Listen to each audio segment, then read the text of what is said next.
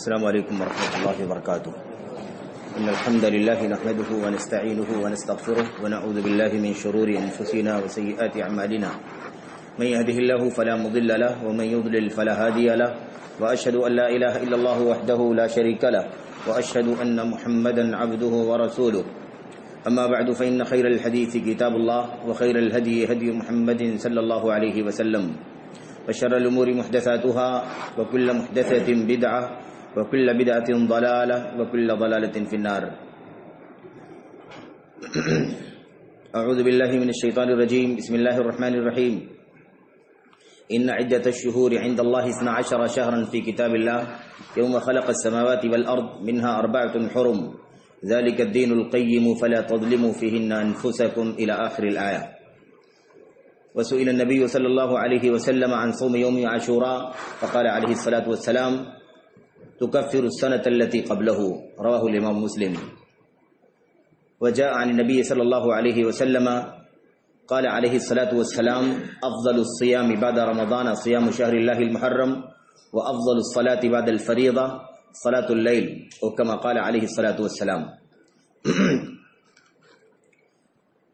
برادران اسلام، دینی اور ملی بھائیوں، نوجوان دوستوں، احباب اور بزرگوں، عزیز بچوں، یہ مہینہ جس سے ہم اور آپ گزر رہے ہیں یہ محرم الحرام کے نام سے اسلامی تاریخ میں، اسلام میں معروف ہے، اور ہم اچھی طرح سے اس بات کو جانتے ہیں کہ یہ اسلامی سال کا یا ہجری سال کا پہلا مہینہ ہے. اس مہینے کی دین میں، شریعت میں کیا حیثیت ہے، اس کا کیا مقام ہے، ہمیں اس مہینے میں کیسے رہنا چاہیے، ہماری کیا ذمہ داری بنتی ہے، اس میں اجر و ثواب کے لیے کون سی باتیں نبی رحمت صلی اللہ علیہ وسلم نے امت کو بتلائی ہیں اور اس کی تعلیم دی ہے.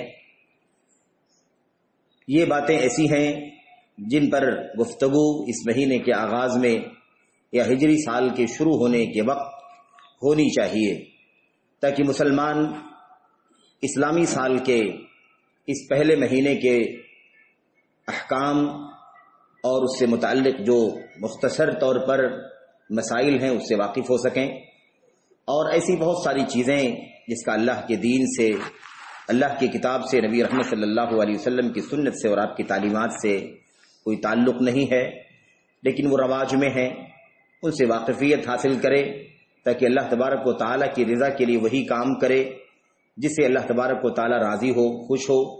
اس کی تعلیم اللہ کی کتاب میں دی گئی ہو، نبی کریم صلی اللہ علیہ وسلم کی سنت میں دی گئی ہو، اور امت کے سلف نے اسے اپنے عمل سے امت کے سامنے پیش کیا ہو. انہی چیزوں پر عمل کرے، اللہ عز و جل اسے قبول فرمائے اور اس کا صلہ اسے دنیا میں اور آخرت میں عطا فرمائے. اللہ تعالیٰ اس کی توفیق عطا فرمائے، آمین رب العالمین. یہ بنیادی طور پر اس خطبے کے 2 عناصر ہیں. پہلا اس ماہ محرم کے احکام اور مسائل مختصر طور پر جو بھی ہیں، بہت زیادہ تفصیلی چیزیں نہیں ہیں، اور دوسرا پہلو ہے اس مہینے میں کچھ ایسی چیزیں جو غلط ہیں اور رواج میں ہیں، ہمیں اسے بھی جاننا چاہیے تاکہ ہم اسے بچیں.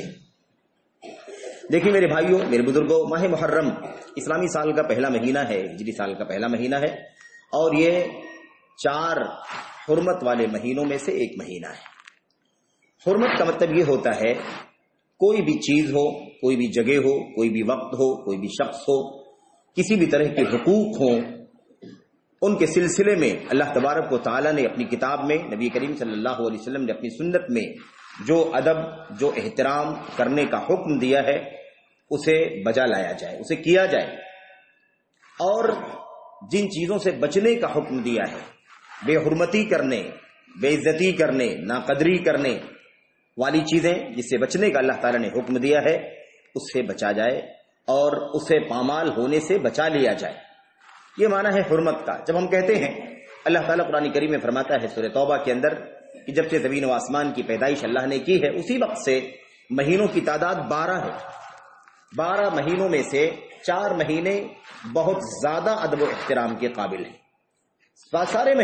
سارے مہینے ادب کے ہیں، احترام کے ہیں، کیونکہ یہ وقت، یہ سیکنڈ، یہ لمحہ جو گزر رہا ہے اللہ تبارک و تعالیٰ کا عطا کردہ ایک عطیہ ہے، ایک نعمت ہے اللہ تبارک و تعالیٰ کی، اور وقت اللہ تبارک و تعالیٰ اس کے بارے میں سوال کرے گا، اسے پوچھے گا۔ یہی وجہ ہے کہ اللہ کی کتاب میں نبی کریم صلی اللہ علیہ وسلم کی سنت میں یہ باتیں بتلائی گئی ہیں۔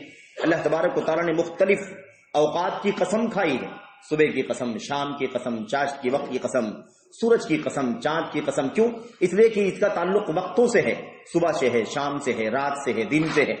یہ اس بات کی دلیل ہے کہ اللہ تبارک و تعالیٰ کے ہاں وقت کی بہت زیادہ اہمیت اور قیمت ہے۔ اگر ہم نے اسے صحیح کام میں نہیں لگایا، اسے غلط کام میں صرف کر دیا، تو اللہ تبارک و تعالیٰ کے ہاں باز پرس ہونی ہے۔ اللہ تبارک و تعالیٰ پوچھے گا کہ وہ سیکنڈ جو ہم نے تمہیں عطا کیا تھا، اسے تمہیں اللہ کی رضا میں استعمال کرنا چاہیے تھا، تم نے اسے ہماری ناراضگی میں کیسے استعمال کیا، اسے پامال تم نے کیسے کر دیا۔ تو یہ جو سیکنڈ گزر رہے ہیں، جو لمحات گزر رہے ہیں، یہ سب قیمتی ہیں اور سب اللہ تبارک و تعالیٰ کے دیے ہوئے ہیں، سب کا اللہ تبارک و تعالیٰ محاسبہ کرے گا، پوچھ تاچھ کرے گا۔ تو یہ سارے مہینے، ان مہینوں کو اکٹھا کر دیا جائے سال بن جاتے ہیں، ہفتوں کو اکٹھا کیا جائے مہینے بنتے ہیں، دنوں کو اکٹھا کیا جائے ہفتے بنتے ہیں، اور گھنٹے منٹ کے مجموعے کو دن کے نام سے ہم اور آپ جانتے ہیں۔ بہرحال میرے بھائیوں، یہ جو کچھ بھی ہم دیکھ رہے ہیں، جو کچھ بھی ہمارا یہ وقت گزر رہا ہے، یہ اللہ تبارک و تعالیٰ کے محاسبے کا وقت ہے۔ یہ ہم سوچیں کہ اللہ تبارک و تعالیٰ ان وقتوں کا محاسبہ کرے گا، تو سارے سیکنڈ، سارے لمحات، ساری گھڑیاں اللہ تبارک و تعالیٰ کی طرف سے عطا کردہ ہیں۔ اللہ تعالیٰ پوچھے گا اسے پامال کیوں کیا گیا، اسے ضائع کیوں کیا گیا، اسے حرام کام میں کیوں استعمال کیا گیا، اسے اللہ کی رضا کے کام میں کیوں نہیں استعمال کیا گیا۔ یہ ساری چیزیں اللہ تبارک و تعالیٰ ہم سے پوچھے گا۔ یہ سب مہینوں کی بات ہے، لیکن ان 12 مہینوں میں سے یہ 4 مہینے اور بھی زیادہ اہمیت کے ہیں، ان میں اور زیادہ ہمیں اہتمام کرنے کی ضرورت ہے کہ ہم بقیہ مہینوں میں جس طرح اپنے آپ کو گناہوں سے بچاتے تھے، برائیوں سے بچاتے تھے، اپنے آپ کو، اپنی زبان کو، اپنے ہاتھ کو شر سے، فساد سے روکتے تھے، ان بقیہ 8 مہینوں کے علاوہ ان 4 مہینوں میں اور زیادہ اس کا اہتمام ہونا چاہیے۔ اللہ تبارک و تعالیٰ کی مرضی ہے، اللہ تعالیٰ وقتوں کو فضیلت دیتا ہے دوسرے وقتوں کے اوپر، جگہوں کو فضیلت دیتا ہے دوسری جگہوں کے اوپر، شخصیتوں کو فضیلت دیتا ہے دوسروں کے اوپر۔ آپ دیکھیے رسولوں کا مقام غیر رسولوں سے اونچا ہے، اللہ کے گھر خانے کعبہ کا مقام کتنا اونچا ہے، مسجد حرام کا درجہ بتائیے آپ، دیگر مسجدوں کے بالمقابل 1 لاکھ نمازوں سے زیادہ بہتر ہے، ثواب میں بڑھ کر ہے وہ۔ مسجد نبوی کا مقام اونچا ہے، بیت المقدس کا مقام اونچا ہے، بقیہ مسجدوں کا درجہ ایک جیسا ہے۔ اللہ تبارک و تعالیٰ کی مرضی ہے۔ ایسے ہی آپ دیکھیے کہ رمضان کا وقت، رمضان کا موسم کتنا فضیلت والا ہے، بقیہ موسم اس سے کم درجہ رکھتے ہیں۔ تو اللہ تبارک و تعالیٰ کی مرضی، جس چیز کو چاہتا ہے فضیلت دے دیتا ہے۔ یہ 4 مہینے 12 مہینوں میں سے زیادہ اہمیت کے ہیں، زیادہ عظمتوں والے ہیں، زیادہ حرمتوں والے ہیں، اور اس کی حرمت، اس کا ادب اور احترام زمانے قدیم سے چل رہا ہے، قدیم زمانے سے چل رہا ہے۔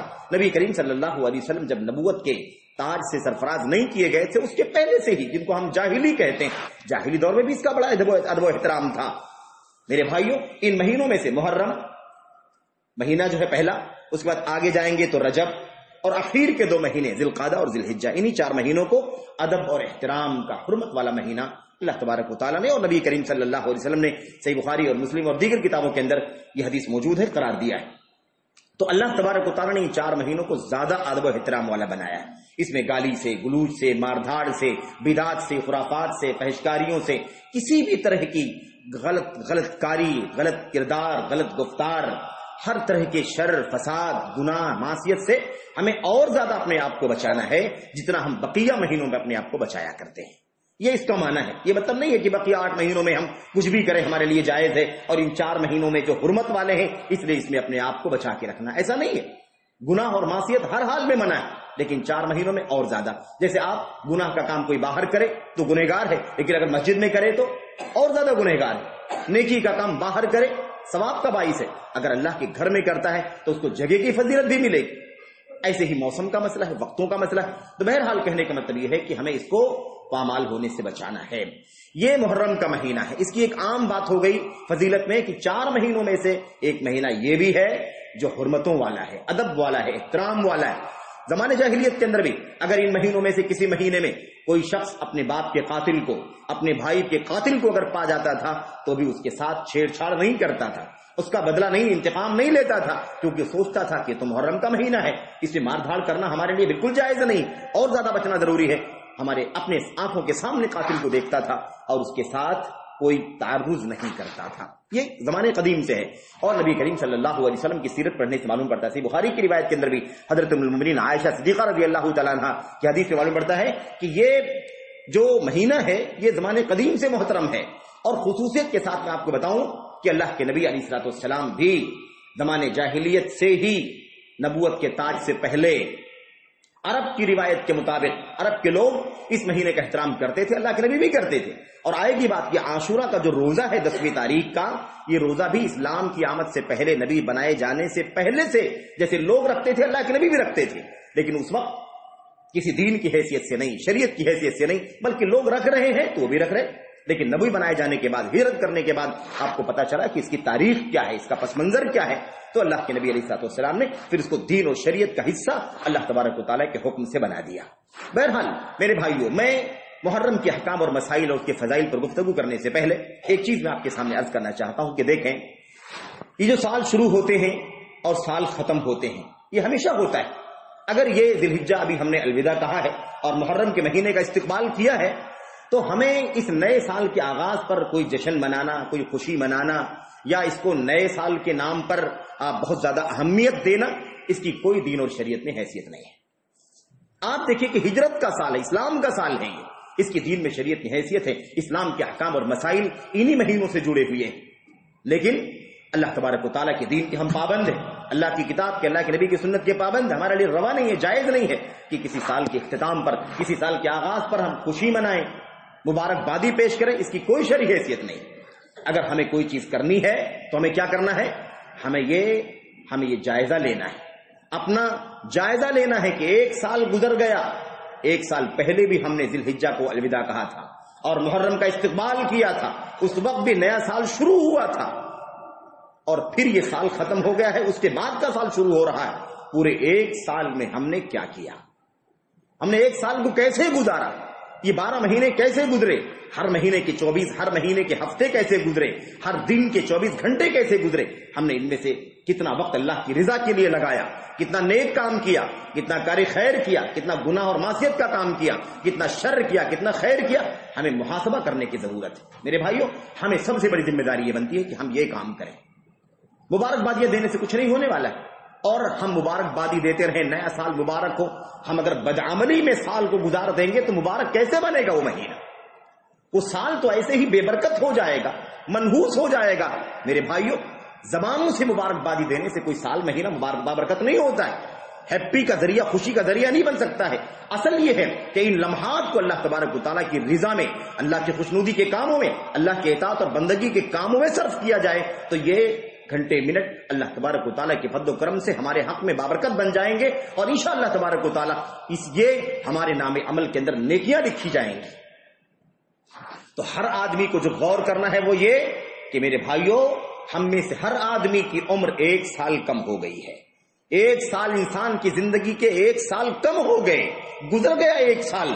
اور دوسرا پہلو یہ ہے کہ ہر آدمی کی جو اجل اور متعینہ وقت لکھا ہے اللہ تبارک و تعالیٰ نے، موت کا وقت متعین کر رکھا ہے، اس موت سے ہر آدمی 1 سال قریب ہو چکا ہے۔ انسان جائزہ لے، اپنا محاسبہ کرے، گریبان میں جھانک کر کے دیکھے، یہ ذمہ داری ہماری بنتی ہے۔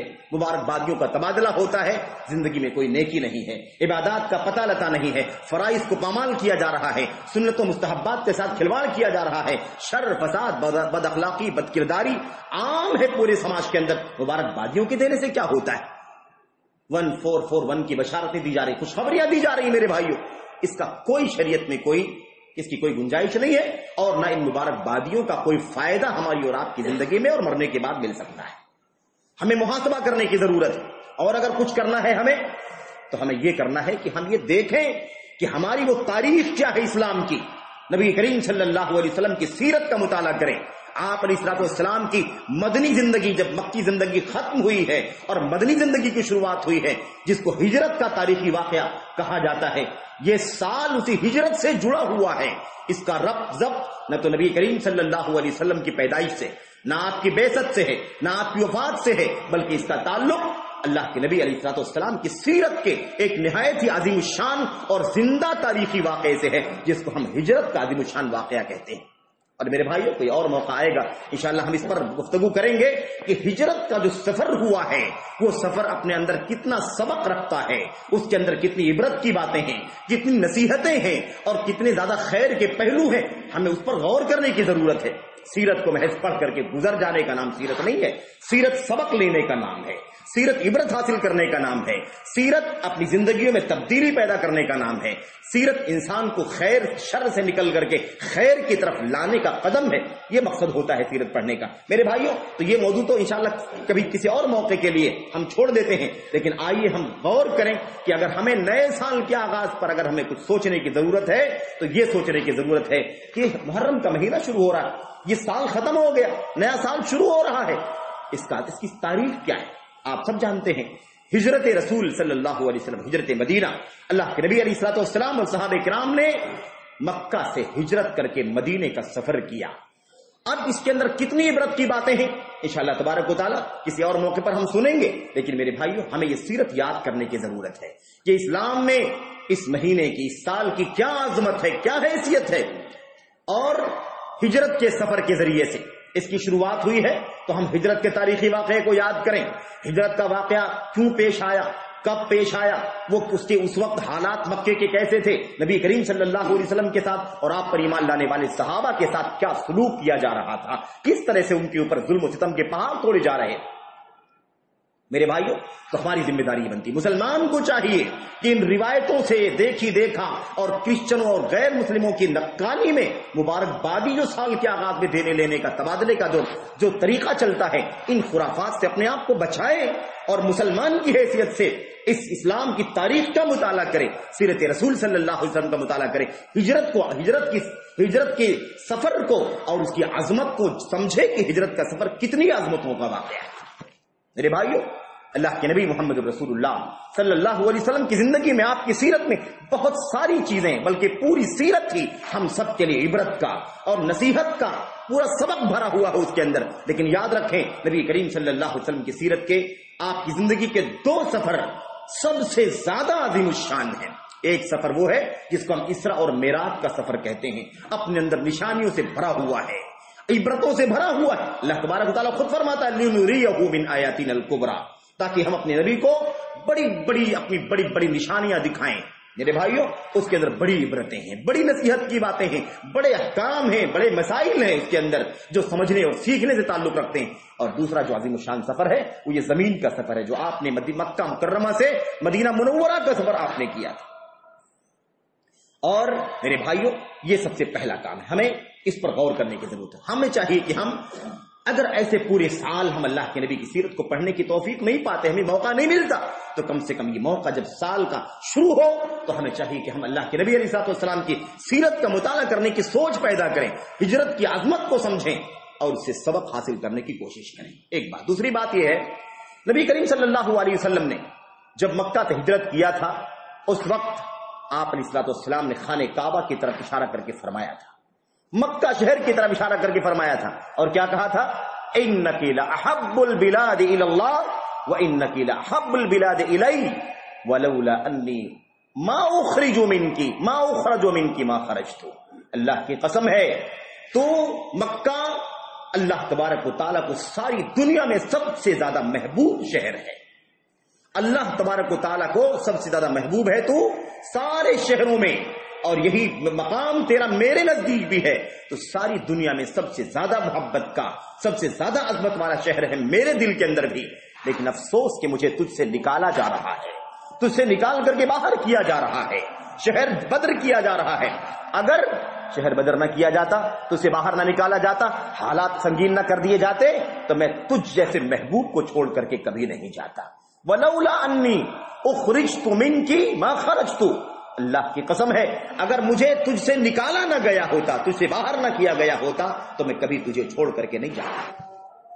آپ اندازہ لگائیے کہ یہ کتنا بڑا سبق لیا ہوا ہے یہ جملہ. آج انسانی زندگی میں, مسلمانوں کی تاریخ میں, مسلمانوں کے روزمرہ کے حالات میں, ہماری آج جو حالات ہیں, ہمارے جو حالات آج دنیا کے اندر جہاں بھی مسلمان بستے ہیں, اور ہم اپنے وطن کی بات بھی کر سکتے ہیں, اپنے ملک کی بات, وطن عزیز ہندوستان کی بات بھی کر سکتے ہیں. آپ سب جانتے ہیں حالات کیسے ہیں. میرے بھائیوں, آپ کو سبق لینا ہے, ہمیں سبق لینا ہے, عبرت حاصل کرنا ہے. نبی کریم صلی اللہ علیہ وسلم نے کیا فرمایا تھا, بہت محبوب ہے وطن تجھ سے زیادہ پیارا وطن نہ اللہ کے یہاں کوئی ہے نہ میرے یہاں کوئی ہے, لیکن مجبور کیا جا رہا ہے مجھے تجھ سے نکلنے پر, اس لیے میں نکل رہا ہوں. کیا مطلب؟ سبق ہے اس کے اندر. مسلمانوں نئے سال کے آغاز میں اللہ کے دین کے لیے قربانیاں دینے کے لیے تیار ہو جاؤ. دین کی بقا کے لیے، توحید کی حفاظت کے لیے، سنت کی حفاظت کے لیے، اللہ کی توحید اور سنت پر قائم رہنے کے لیے اپنے آپ کو قربانی دینے والا بناؤ.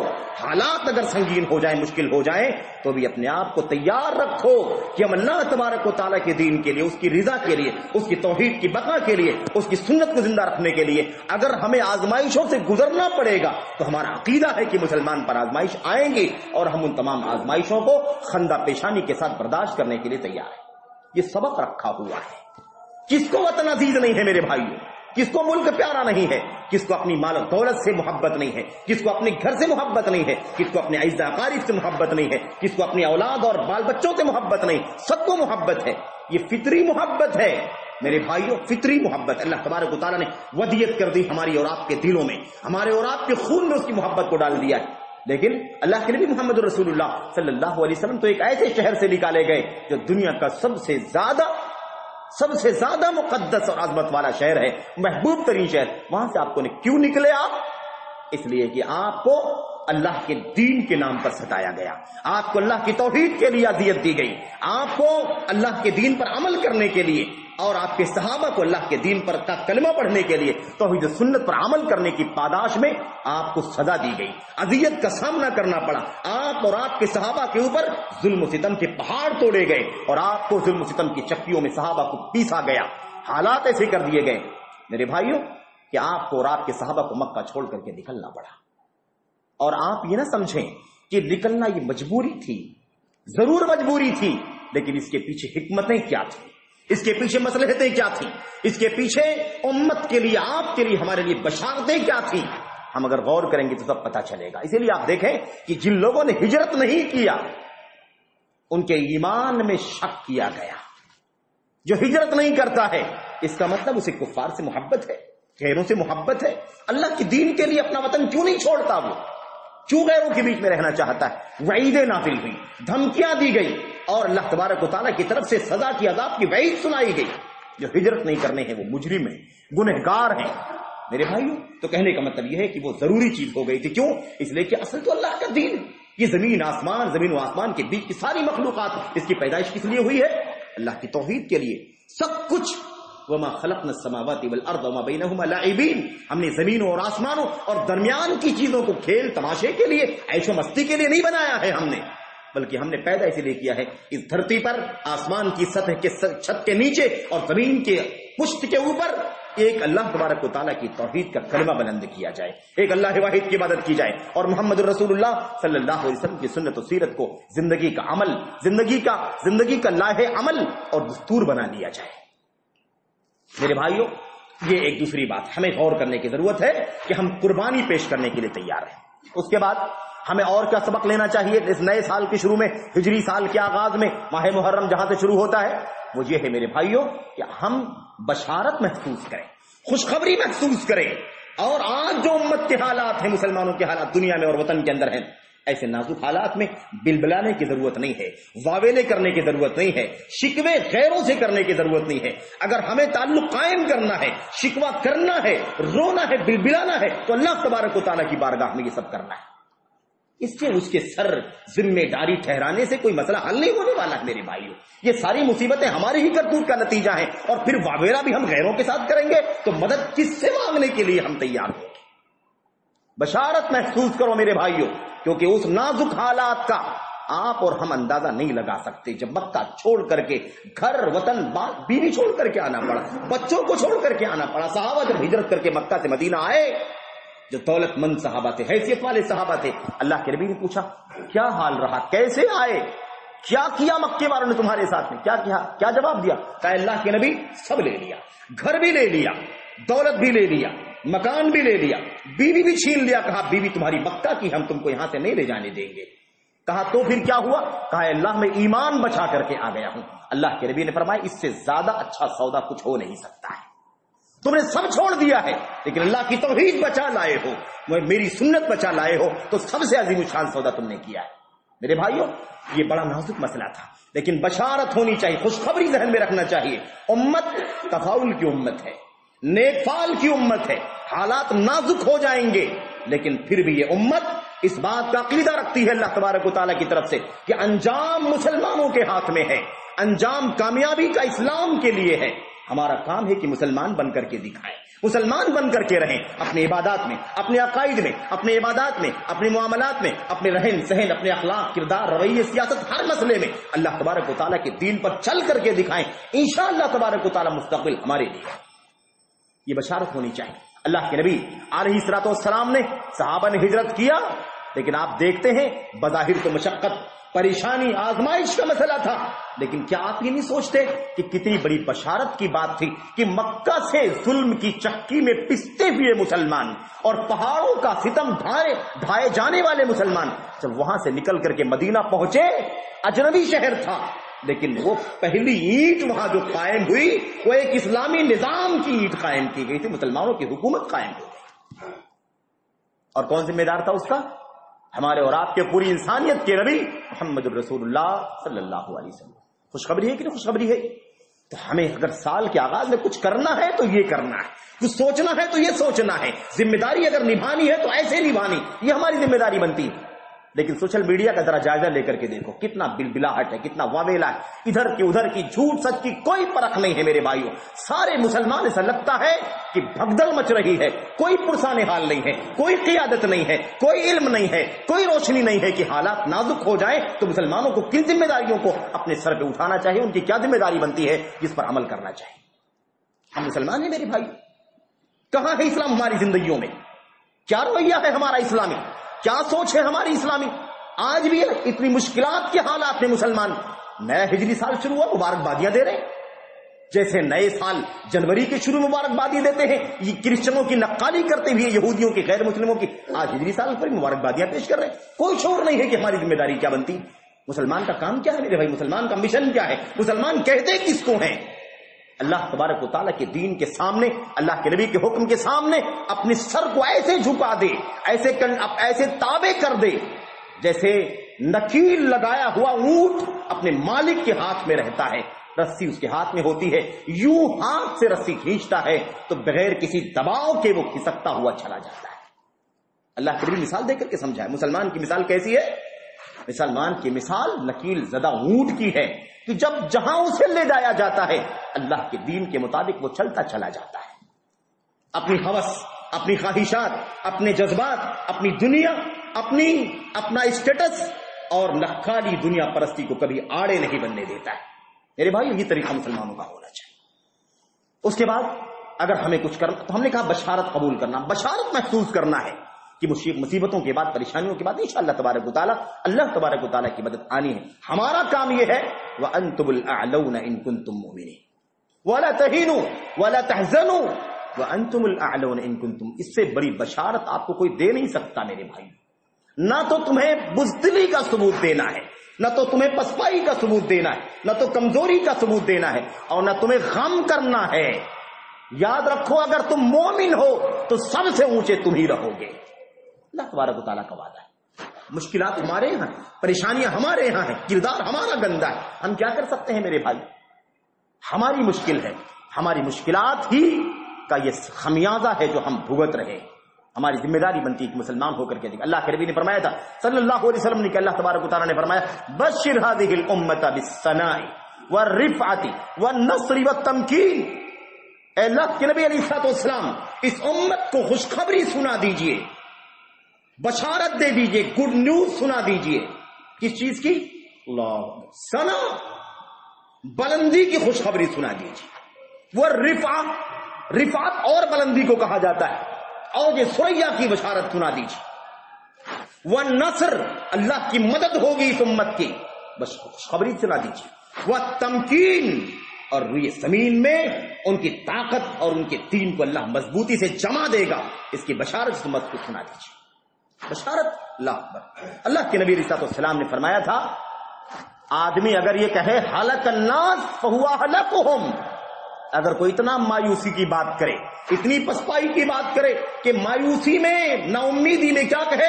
ہلک الناس، سارے لوگ تو مر گئے، اگر ایسی پسپائی کی بات کرے فہو اہلکہم، تو سمجھ لو کہ سب سے زیادہ ہلاک ہونے والا مردہ خود ہے.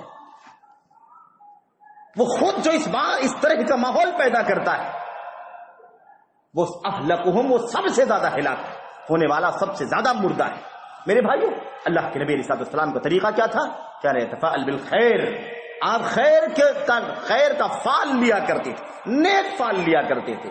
اپنے کام پہ لگے رہو، ایمان، عقیدہ، عبادت، معاملات، اخلاق، کردار دین کے سانچے میں ڈھال کر کے دیکھو، انشاءاللہ تبارک و تعالی وہ دن دور نہیں ہے جب اللہ تبارک و تعالی نے بدر و احد کے اندر فرشتوں کی فوج اتار کر کے مدد کر سکتا ہے، تو ہمارے ایمان کی بنیاد پر اللہ ہماری مدد کیوں نہیں کر سکتا ہے؟ ہماری مشکلات ہیں میرے بھائی. تو یہ نئے سال کے آغاز میں ہماری ذمہ داری یہ بنتی ہے. اور کیا بنتی ہے ذمہ داری؟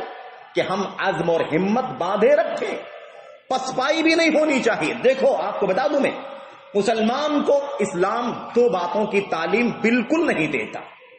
نہ تو اسلام مسلمانوں کو اشتعال کی تعلیم دیتا ہے اور نہ بزدلی کی تعلیم دیتا ہے. اسلام اشتعال بھی نہیں ہے، ایموشن بھی نہیں ہے، جذباتیت بھی نہیں ہے، اور اسلام میں بزدلی اور پسپائی بھی نہیں. اسلام اعتدال کی تعلیم دیتا ہے، میانہ روی کی تعلیم دیتا ہے، درمیانی زندگی کی تعلیم دیتا ہے. نہ تمہیں اشتعال میں آنا ہے کہ جوش میں ہوش کھو بیٹھو، عاقبت کا پتہ نہیں، انجام کا پتہ نہیں، نتیجے کا پتہ نہیں، کوئی شعور نہیں، کوئی احساس نہیں. ایسا قدم اٹھانے کی اسلام کبھی تعلیم نہیں دیتا ہے. اگر ایسا ہی ہوتا، مکے سے مدینے کی ہجرت سے پہلے 13 سال مسلمان ظلم و ستم کی چکی میں پستے رہے اور آ کر کے اللہ کے نبی علیہ السلام کے پاس شکایت کرتے رہے، اے اللہ کے نبی کب مدد ملے گی، کب خوشخبری آئے گی، کب اللہ تعالیٰ کی مدد اترے گی، جہاد کا حکم کیوں نہیں دیا جاتا؟ اگر یہی ہوتا کہ چلو لگا دو، تو اللہ تبارک و تعالیٰ کا حکم جہاد اترتا کہ نہیں اترتا؟ لیکن اللہ تبارک و تعالیٰ نے نہیں اجازت دیا، اس کی اجازت نہیں دیا. ابھی نہیں ہے حالات تمہارے. اشتعال میں آنے کا کوئی نتیجہ اچھا نہیں نکل سکتا ہے، ایموشن کا، جذباتیت کا انجام اچھا نہیں ہو سکتا ہے. وقت گزرتا گیا. اللہ کے نبی سمجھاتے رہے، جلدبازی مت کرو، استعجال مت کرو. توحید کی پاداش میں بڑی بڑی تکلیفیں پچھلی امتوں نے برداشت کیا ہے. انہوں نے تو توحید کو بچایا اور سب کچھ برداشت کر لیا. تم کو ظلم ہو رہا ہے، تمہیں گالیاں دی جا رہی ہیں، تمہیں گلیوں میں گھسیٹا جا رہا ہے، تم شکایت کرنے کے لیے آ گئے، بلبلانے کے لیے آ گئے. اللہ کی مدد کب آئے گی؟ اللہ سے دعا کیوں نہیں کرتے؟ اللہ کے نبی نے فرمایا جلد بازی مت کرو، وہ دن دور نہیں ہے کہ صنعاء سے حضرموت کا سفر انسان اونٹ پر کرے گا، گھوڑے پر کرے گا اور بے خوف ہو کر کے کرے گا. دنیا کی کوئی طاقت اسے آنکھ دکھانے کی جرات نہیں کر سکے گی. اگر اسے کوئی ڈر ہوگا تو صرف ایک اللہ کا ڈر ہوگا، اور یا پھر اگر ڈر ہوگا تو اپنی بکریوں پر کسی بھیڑیے کے حملہ کرنے کا ڈر ہوگا، ورنہ دنیا میں کسی اور چیز کا ڈر نہیں ہوگا. خوشخبری لینے کی ضرورت ہے میرے بھائیوں. تو عزیمت ہونی چاہیے، ہمت، عزیمت اور ہمت زندہ رکھو.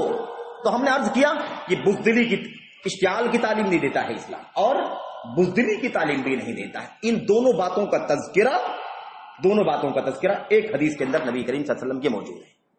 اور میں آپ کو اشارہ کر دیتا ہوں، دونوں مصیبتیں، اشتعال کی مصیبتیں امت کو زیادہ تکلیف پہنچا رہی ہیں جیسے بزدلی مسلمانوں کو اور امت کو تکلیف پہنچا رہی ہے. دونوں چیزیں غلط ہیں. اعتدال کی راہ ہونی چاہیے، حالات، سلوک، اپنے بڑوں کی قیادت، ان کی رہنمائی، ان کی سرپرستی، اس کی روشنی میں ہمیں کوئی قدم اٹھانا چاہیے. اللہ کے نبی علیہ السلام نے جب میدانی جنگ کا ماحول ہوا کرتا تھا، آپ نے کیا سمجھایا تھا؟ آپ نے صحابہ کو تعلیم دیتے ہوئے فرمایا، آپ نے فرمایا لا تتمنوا لقاء العدو. دیکھو اشتعال میں نہیں آنا، جذبات میں مت رہو، دشمن سے مڈ پھیڑ ہونے کی تمنا مت کرو. یہ جذباتیت ہے، اشتعال. کہاں ملے تو ہم لڑیں، کہاں موقع ملے تو ہم لڑیں، کہاں موقع ملے تو ہم لڑیں بھیڑیں. اللہ کے نبی اشتعال کی تعلیم، تمنا مت کرو. لیکن اگر مڈ بھیڑ ہو جائے وَإِذَا لَقِيتُمْ فَاثْبُتُوا، لیکن اگر مڈ بھیڑ ہو جائے تو پھر پیٹھ نہیں دکھانا ہے، بزدلی کا ثبوت بھی نہیں دینا ہے، ثابت قدمی کا ثبوت دینا ہے تمہیں. آپ نے دیکھا ایک حدیث میں اللہ کے نبی نے فرمایا جذباتیت نہیں ہونی چاہیے کہ تمنا کرو دشمن سے مقابلہ کرنے کی، دشمن سے مڈ بھیڑ ہونے کی. اشتعال نہیں اسلام کے اندر. اور دوسری چیز، اگر مڈ بھیڑ ہو جائے، تمنا کے بغیر حالات آ جائے، تو ثابت قدمی کا ثبوت دو، بزدلی کا ثبوت دو.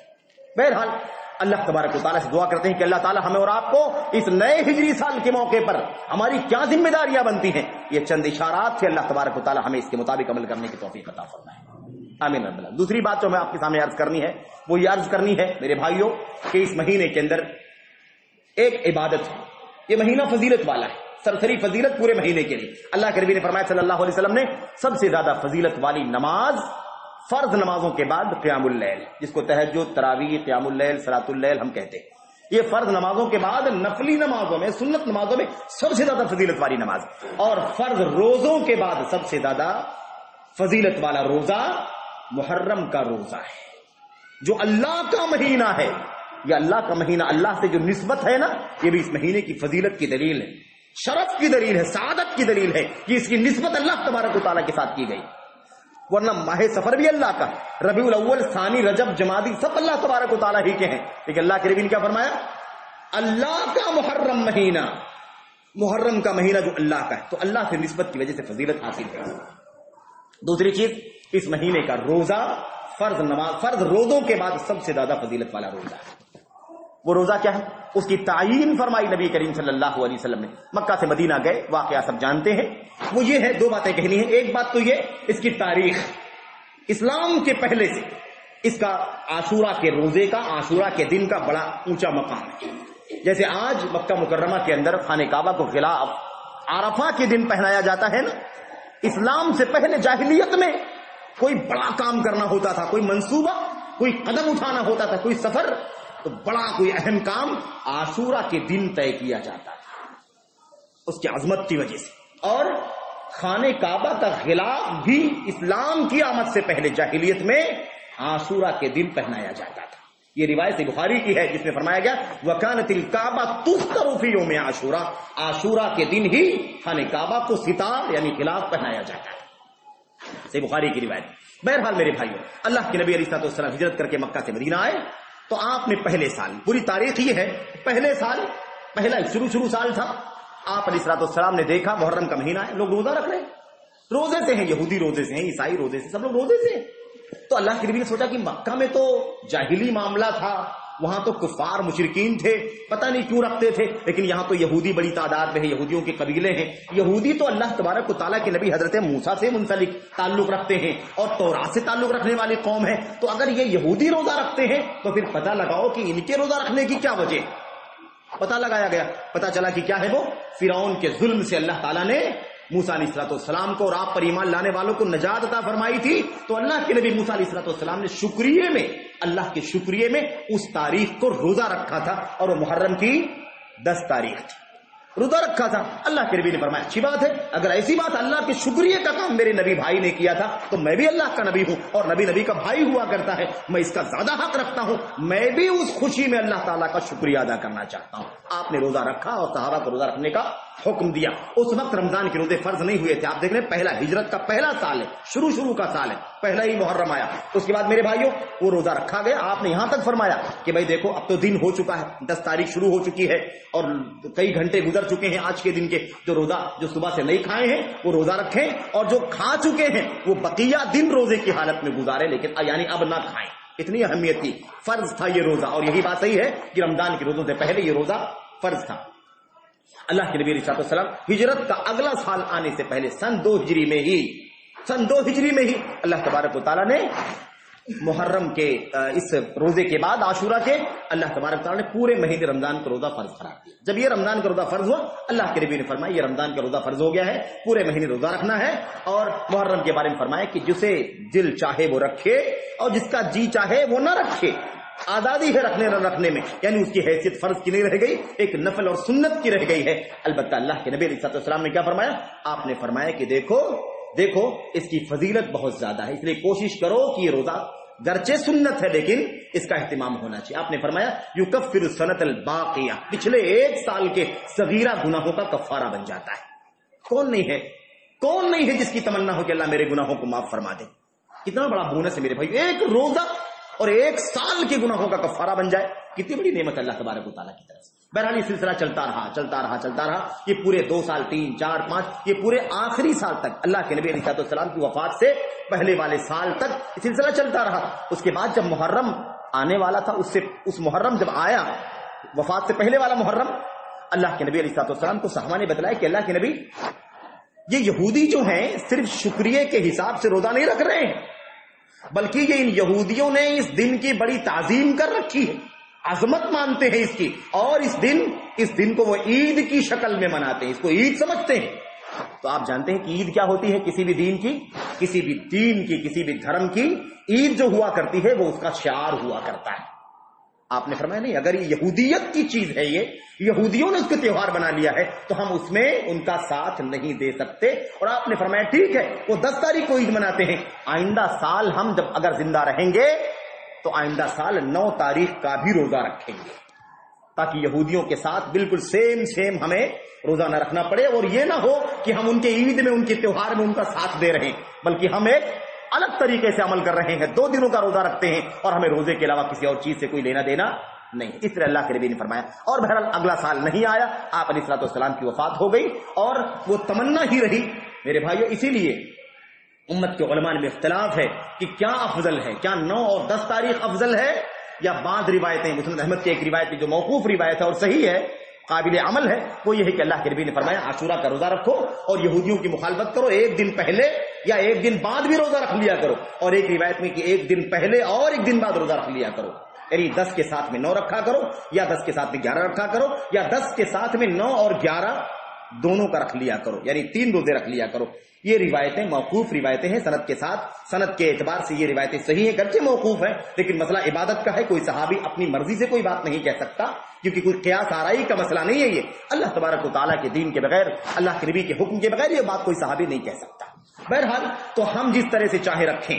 اب علماء میں اختلاف ہے کہ ہم کیسا رکھیں، کیا ہم 9-10 رکھیں، یہ سب سے افضل ہے، کیونکہ نبی کریم صلی اللہ علیہ وسلم نے تمنا فرمائی تھی، آپ نے تمنا کی تھی کہ آئندہ سال 9 کا بھی رکھوں گا، تو گرچہ آپ نے رکھا نہیں، وفات ہو گئی، لیکن تمنا کیا تھا، تو آپ کی تمنا یہ فضیلت پر دلالت کرتی، اس لیے 9 اور 10 کا رکھا جائے۔ کچھ علماء کہتے ہیں کہ نہیں، اللہ کے نبی نے فرمایا کہ 10 یہودیوں کی مخالفت کرو، 10 کے ساتھ میں 9 اور 11 دونوں کا روزہ رکھ لیا کرو۔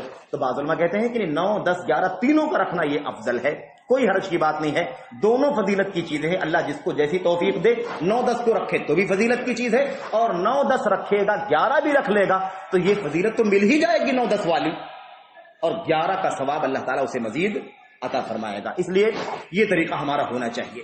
اس کے سوا، اس ماہ محرم کے اندر اس کے سوا اللہ کے دین میں کوئی احکام نہیں ہے، کوئی مسائل نہیں ہے۔ اس مہینے کا تعلق اسی عاشورہ کے روزے سے ہے، اس کی فضیلت یہی ہے کہ اس میں عاشورہ کا روزہ ہے اور 1 سال کے گناہوں کا کفارہ بنتا ہے۔ یہودیوں کی مخالفت کرو، عیسائیوں کی مخالفت کرو، 1 دن وہ رکھتے ہیں، ہم 2 دن رکھیں، 3 دن رکھیں، جیسا کہ اللہ کے نبی نے بتلایا۔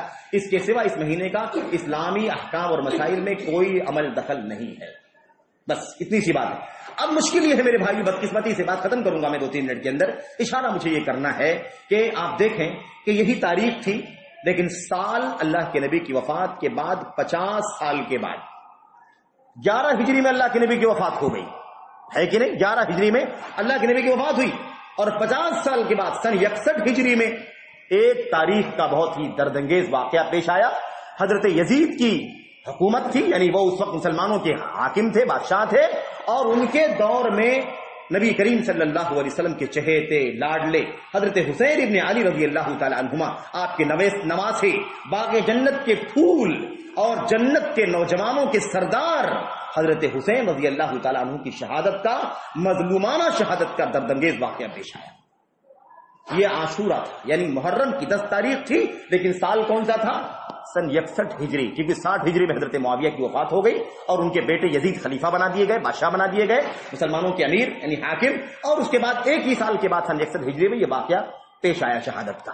یہ واقعہ تاریخ کا ہے، ایسے تاریخ میں ایک نہیں بلکہ سینکڑوں ہزاروں واقعات موجود ہیں۔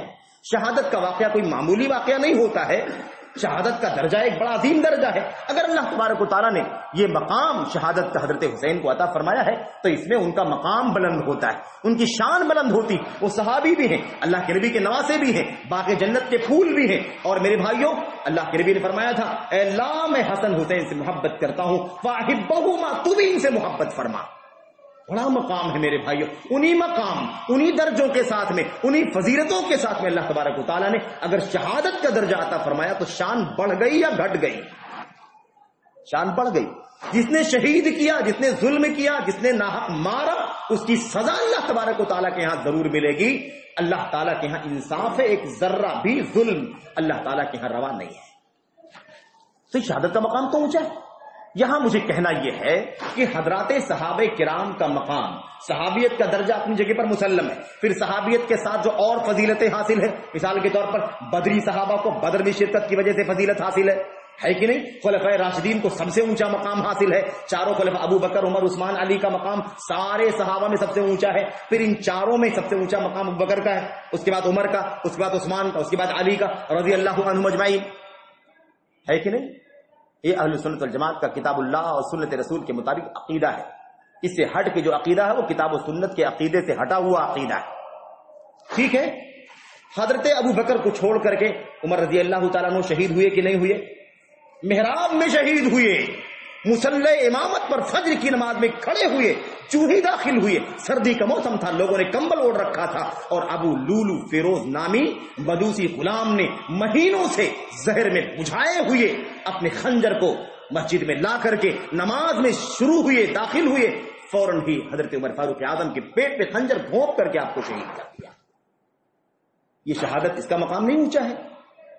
اس کے بعد حضرت عثمان غنی کو بھی شہید کیا گیا. سارے بلوائیوں نے، رافضیوں نے گھر کا گھیراؤ کر لیا، اور جمعہ کا دن تھا، قرآن کی تلاوت کر رہے تھے، اس دوران سینے پر چڑھ کر کے ظالم کو شہید کر دیا. یہ شہادت کا واقعہ کا معمولی واقعہ ہے؟ ان کے والد حضرت حسین رضی اللہ تعالیٰ کے والد محترم حضرت علی جو داماد رسول ہیں اور ان جنت کے پھولوں کے والد ہیں، ان کو بھی شہید کیا گیا کہ نہیں شہید کیا گیا؟ حضرت علی رضی اللہ تعالیٰ عنہ کی شہادت کا واقعہ. میرے بھائیوں، کیا بات ہے کہ حضرت حسین کی شہادت کو اتنا زیادہ بڑھایا جاتا ہے، اتنا زیادہ بڑھایا جاتا ہے. آج تک ماتم چل رہا ہے. 1440 سال گزر چکے، 60 سال نکال لیجیے، 1300 تقریباً 80 سال گزر چکے اور ماتم چل رہا ہے. کیوں بھائی؟ حضرت عمر فاروق اعظم کی شہادت کا واقعہ کیا کھلواڑ تھا؟ عثمان کی شہادت کسی معنی میں نہیں تھی؟ حضرت علی کی شہادت کی کوئی اہمیت نہیں تھی؟ ان کا نام کیوں نہیں لیا جاتا؟ ان کا مقام کیوں نہیں بیان کیا جاتا اسلام کے اندر؟ کیا ہے؟ اور یہ حضرت حسین ابن علی نواز رسول رضی اللہ تعالیٰ عنہ، ان کے دل میں، ان کے عقیدے میں کیا مقام تھا؟ ابو بکر کا، عمر کا، عثمان کا، علی کا کیا مقام تھا؟ یہ کون سا انصاف ہے میرے بھائیوں؟ دنیا میں جو سب سے افضل شخصیت تھی ابو بکر صدیق رضی اللہ تعالیٰ عنہ نبیوں کے بعد، ان کے بعد سب سے اونچا مقام عمر کا ہے. ان کی شہادت کا کوئی تذکرہ بھی نہیں کرتا، عثمان کا تذکرہ بھی کوئی نہیں کرتا میرے بھائیوں. اور تذکرہ کیا جاتا ہے تو ان جلسوں میں، ان اسٹیجوں میں ان صحابہ اور ان کے اولاد کو گالیاں دی جاتی ہے، لعنت کی جاتی ہے. سوال میرا صرف اور صرف ایک ہے، اور آپ حضرات سے گزارش ہے، اور یہ باتیں آپ کے سامنے اس لیے کہی جا رہی تاکہ آپ کو معلومات رہے، آپ کے علم میں رہے. یہ دوسری بات یہ ہے میرے بھائیوں، لا علمی، جہالت اور نادانی کی وجہ سے، دین کے صحیح مطالعہ نہ ہونے کی وجہ سے بہت سارے سنی بھائی بھی میرے بھائیوں ان رافضیوں شیعوں کی جلسوں میں شریک ہو کر کے وہ بھی حسینی اور یزیدی کے نعرے لگاتے ہیں، اور صحابہ عمر، عثمان، علی، عمر، عثمان اور حضرت اماں عائشہ، حضرت اماں حفصہ رضی اللہ تعالیٰ عنہ اجمعین پر لعنت کرتے ہیں، گالیاں دیتے ہیں، تبرہ کرتے ہیں. نہیں پتا ہے ان کو کہ یہاں کیا ہوتا ہے. حسینی یزیدی کے نام پر لوگوں کو گمراہ کر دیا گیا. میرے بھائیو، مجھے کسی کی وکالت نہیں کرنی، لیکن جس کا جو مقام ہے اسے پامال نہیں کیا جانا چاہیے. وہ بھی محرم کے مہینے میں، پامال کیا جا رہا میرے بھائی. اللہ فرماتا ہے فَلَا تَظْلِمُوا فِيهِنَّ أَنفُسَكُمْ، ان 4 حرمت والے مہینوں میں اپنی ذات پر ظلم مت کرو، گناہ کے کام مت کرو. کتنا ظلم کیا جا رہا ہے، اسٹیجوں پر مائک لگا کر کے صحابہ کو گالیاں دی جاتی. ابو بکر پر لعنت، عمر پر لعنت، حضرت اماں عائشہ پر لعنت، حضرت حفصہ پر لعنت. کیوں بھائی؟ حضرت حسین رضی اللہ تعالیٰ عنہ اللہ کے نبی کے نواسے، کتنا اونچا مقام. بیٹے، والد جو ہے وہ اللہ کے نبی کے داماد ہیں، چچا زاد بھائی ہے، رشتہ ہے. لیکن حضرت ابو بکر کا رشتہ نہیں تھا؟ کیا وہ اللہ کے نبی کے سسر نہیں ہے؟ کیا وہ اللہ کے نبی علیہ الصلوۃ والسلام کی زوجہ، ان کی بیٹی نہیں ہے؟ عمر بن خطاب رضی اللہ تعالیٰ عنہ، کیا وہ نبی کریم صلی اللہ علیہ وسلم کے خسر نہیں ہے، سسر نہیں ہے؟ اور ان کی بیٹی نبی کریم صلی اللہ علیہ وسلم کی زوجہ نہیں ہے؟ کیا ہے یہ؟ گالیاں دے کر کے ثواب سمجھا جاتا ہے. ابھی آپ لوگوں نے بھی دیکھا ہوگا، سوشل میڈیا پر چل رہا ہے. میرے بھائیوں، باقاعدہ جیسے ہیپی برتھ ڈے پر کیک کاٹ کر کے لوگ ہیپی برتھ ڈے کرتے ہیں، ایسے ہی عائشہ کا نام لکھ کر کے جہنمی ہیں عائشہ، نعوذ باللہ جہنمی ہیں، عائشہ تو فی النار، عائشہ تو فی النار، عائشہ جہنمی ہیں، یہ کہہ کر کے نعرے لگائے جا رہے ہیں اور کیک کاٹا جا رہا ہے۔ کتنا قدر حد ہو گئی میرے بھائی۔ یہ جو عاشورہ کا 9 تاریخ آئے گی نا، 9 تاریخ کو کیا ہوتا معلوم آپ کو؟ رات میں یہ رافضی، رات کے وقت میں یہ رافضی کتے کے بچے کو پکڑ کر کے لاتے ہیں، اس کے بالوں اس کو باندھتے ہیں، اس کے ہاتھوں کو پیروں کو چاروں، اور اس کے بالوں کو نوچ نوچ کر کے اسے لاٹھی سے ڈنڈوں سے پیٹ پیٹ کر کے مار ڈالتے ہیں، اس کے بعد آواز لگاتے ہیں کہ عمر کی موت ہو۔ کیا ہے اس کا کیا تعلق ہے دین سے؟ حضرت اما عائشہ صدیقہ رضی اللہ تعالیٰ عنہ کی توہین کرنے کے لیے بکری کے بچے کو لا کر کے باندھ دیا جاتا ہے، بالوں کو نوچ کے اذیت دی جاتی ہے، لاٹھی ڈنڈوں سے پیٹ کر کے، جوتوں سے پیٹ کر کے اسے مار ڈالا جاتا ہے، اور کہا جاتا ہے کہ عائشہ نعوذ باللہ زانیہ اور فاحشہ تھی، ان کی موت ہو گئی۔ محرم کا مہینہ اسلام سے اس کا تعلق اتنا ہی ہے، روزے کا جو ہم نے آپ کے سامنے عرض کیا۔ اس کے علاوہ آپ اگر ماتم منانا ہی چاہتے ہیں، آپ کو زیادہ غم ہے حضرت حسین کی شہادت پر، تو ٹھیک ہے غم منائیے، لیکن آپ یہ بتائیے، 2 باتیں بتائیے۔ ایک بات تو یہ ہے کہ حضرت حسین کی شہادت ہو یا کوئی بھی ہو دنیا میں، اللہ کے نبی کی حدیث ہے، انہی نواسے کے نانا حضرت محمد رسول اللہ صلی اللہ علیہ وسلم، آپ نے فرمایا کسی کی موت پر سوگ منانا جائز نہیں ہے سوائے 3 دن کے، 3 دن سے زیادہ سوگ نہیں منایا جا سکتا۔ کسی کی بھی شہادت ہو جائے، وفات ہو جائے، صرف بیوی کے لیے جائز ہے کہ اپنے شوہر کی وفات پر 4 مہینے 10 دن تک سوگ منائے۔ حسین کی شہادت ہو گئی، ٹھیک ہے، بہت غم ہے، بہت پیارے ہیں، بہت محبوب ہمارے نظروں کے اندر، تو سوگ تو 3 ہی دن منایا جائے گا نا بھائی۔ دنیا کے سارے لوگ کتنے دن سوگ منانا جائے گا ان کے لیے؟ صرف 3 دن سوگ منانا جائز ہے۔ حضرت حسین رضی اللہ تعالیٰ عنہ کی زوجہ، ان کی بیوی کے لیے 4 مہینے 10 دن تک سوگ منانا جائز تھا۔ یہ سارا پیریڈ ختم ہو گیا 4 مہینے 10 دن کے بعد، ختم ہو گیا کہ نہیں ہو گیا بھائی؟ اس کے بعد کیا ہے اللہ کے نبی کی حدیث؟ لیس منا من ضرب الخدود وشق الجیوب ودعا بدعوى الجاہلیہ، جو گال پیٹے، ماتم کرے، نوحہ کرے، بین کرے اور گریبان چاک کرے، اپنے گالوں پر تماچے مارے اور بلیڈ اور چھری لے کر کے ماتم کرے، اللہ کے نبی نے فرمایا اس کا ہمارے دین سے کوئی تعلق نہیں ہے۔ یہ تو وہی ختم ہو گیا 4 مہینے 10 دن کے بعد ہی، اور یہ 1441واں محرم ہے میرے بھائی، آج وہ ماتم ہو رہا ہے۔ اس کی کیا دلیل ہے دین کے اندر؟ شریعت کیا دلیل؟ تو ایک بات تو یہ غور کرنے کی بات ہے۔ دوسری جو بات ہے، اور وہی بات میں ختم کر دوں گا، وہ یہ ہے میرے بھائیوں کہ اللہ کے نبی کی وفات کے 50 سال کے بعد کا واقعہ ہے۔ حسین کی شہادت کب پیش آئی ہے؟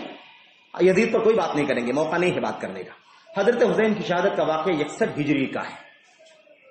اگر ہم ان جلسوں میں جو لوگ مناتے ہیں، ماتم کرتے ہیں، اگر وہ نہیں مانتے ہیں، کرتے ہیں تو کریں، ٹھیک ہے، کیا کر سکتے ہیں، لیکن سوال یہ پیدا ہوتا ہے ان جلسوں میں ان صحابہ کو گالیاں کیوں دی جاتی ہیں جو حضرت حسین کی شہادت سے کوئی 20 سال پہلے وفات پا چکا، کوئی 30 سال پہلے وفات پا چکا ہے، کوئی 40 سال پہلے وفات پا چکا ہے؟ ان کا کیا جرم ہے کہ انہیں ان جلسوں میں گالیاں دی جاتی ہیں؟ کیا غلطی میرے بھائی، آپ بتائیے کیا غلطی، ان کی کیا غلطی؟ کیوں ابو بکر کو گالیاں؟ ابو بکر کی وفات تو اللہ کے نبی کی وفات کے 2.5 سال کے بعد ہو گئی تھی، 10.5 سال کے بعد عمر کی وفات ہوگی، شہادت ہو گئی، 12.5 سال کے بعد عثمان غنی کی شہادت ہو گئی۔ ان لوگوں کا نام لے کر کے گالیاں دینے، تبرہ کرنے، ان پر لعنت کی بوچھار کرنے کا حق آپ کو 61 سال کے بعد کی تاریخ کے حوالے سے آپ کو کیا حق پہنچتا ہے؟ فَلَا تَظْلِمُوا فِيهِنَّ أَنفُسَكُمْ، اس میں اپنے ان 4 مہینے حرمت والوں میں اپنے ذات پر ظلم نہ کرو، یہ ظلم کی تو حد ہو گئی میرے بھائی۔ مجھے اور کچھ نہیں کہنا ہے، اللہ سے دعا کرنے کی اللہ تبارک و تعالیٰ ان اسلام کے جو سنت کے ماننے والے، اللہ تبارک و تعالیٰ انہیں ہوش کے ناخن لینے کی توفیق عطا فرمائے، انہیں علم کی روشنی میں آنے کی توفیق عطا فرمائے، انہیں اشتعال سے، جذباتیت سے اللہ تعالیٰ بچنے کی توفیق عطا فرمائے، اللہ تعالیٰ انہیں بھیڑ چال چلنے سے اللہ تعالیٰ بچنے کی توفیق عطا فرمائے، یہ علم کی روشنی میں چلیں، یہ قیادت کی روشنی میں چلیں، یہ کتاب و سنت کی رہنمائی میں اپنی زندگی گزاریں، اسی کے اللہ سے دعا کرتے ہیں. اللہ سے دعا ہے کہ اللہ عز و جل ہمیں اور آپ کو کتاب و سنت پر عمل کرنے کی توفیق عطا فرمائے. ہماری زندگی جب تک ہم اس پر قائم و دائم رہیں، ہماری موت ہو، ہمارا خاتمہ ہو تو ایمان پر ہو، سنت پر ہو. اللہ تعالی ہماری نیکیوں کو قبول فرمائے، ہمارے گناہوں کو اللہ تعالی معاف فرمائے، اور ہمیں اللہ عز و جل اپنے گریبانوں میں جھانک کر کے اپنے ہر سال بلکہ ہر مہینے اور ہر دن کا محاسبہ کرنے کی توفیق عطا فرمائے. آمین رب العالمین. صلی اللہ وسلم وبارک علی نبینا محمد وعلی آلہ وصحبہ اجمعین. السلام علیکم ورحمۃ اللہ.